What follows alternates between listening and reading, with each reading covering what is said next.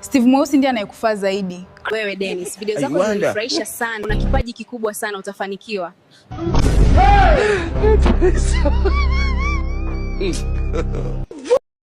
Okay, napenda nikuulize msanii gani unapenda Tanzania, ama ni kitu gani ambacho kimekuvutia mpaka kuja huku Tanzania?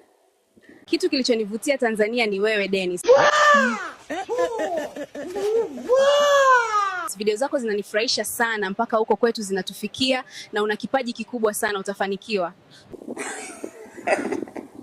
Mimi kazani video zangu zinaishia humo Tanzania. Sikujua kama huko Marekani zinaweza zikafika. Wewe unasemaje, unajitaka au jitaki? So ukiniona kama mimi unaona nafaa nani kunifaa kucheza naye kwenye movie kama Steve Mweusi ama Kram au Baba Karogo au Manyanya, naweza nikaweza kucheza na nani? Haha, Dennis, una vibe kweli. Video zako zinanifurahisha sana. Ukiniuliza nani anakufaa kwenye movie? Steve Mweusi ndiye anayekufaa zaidi. Kram au Manyanya pia wanaweza, lakini Steve Mweusi anafaa zaidi. Na kama tukikutana itakuwa poa sana. Naenda. Mungu anitangulie ninapokwenda. Akili zangu kama za Steve Mweusi.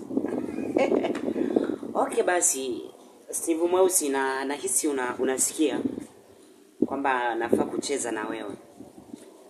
So video zangu zinafurahisha ama?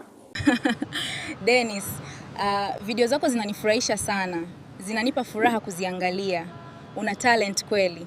Wow. Unaweza kuwaambiaje watazamaji ambao wanatufuatilia kwenye channel ya Dennis TZ? Unaweza kuwaambiaje? Kwa wote wanaofuatilia channel ya Dennis TZ, nawapenda sana na nawashukuru kwa support yenu. Msiache kufuatilia, kuna mambo mazuri na ya kuvutia yanakuja. Hali ya hewa ya Tanzania unaisikiaje? Iko vizuri tofauti na huko kwenu Marekani au tu mnatuzidi? Kwa kweli Tanzania tuna hali ya hewa nzuri sana ya joto, ila Marekani wao wana baridi kali zaidi, na wakati mwingine wanapata theluji nyingi sana. Wow, vizuri. So nakuomba sana uniombea ni subscribe na kwenu huko mnitangaze, nataka niinuke zaidi. Je, unaona nina mafanikio ya kuinuka? Una kipaji kikubwa sana, utafanikiwa. Una talent kweli.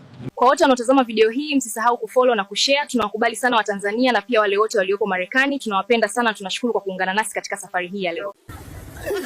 Nashukuru sana. Ubarikiwe.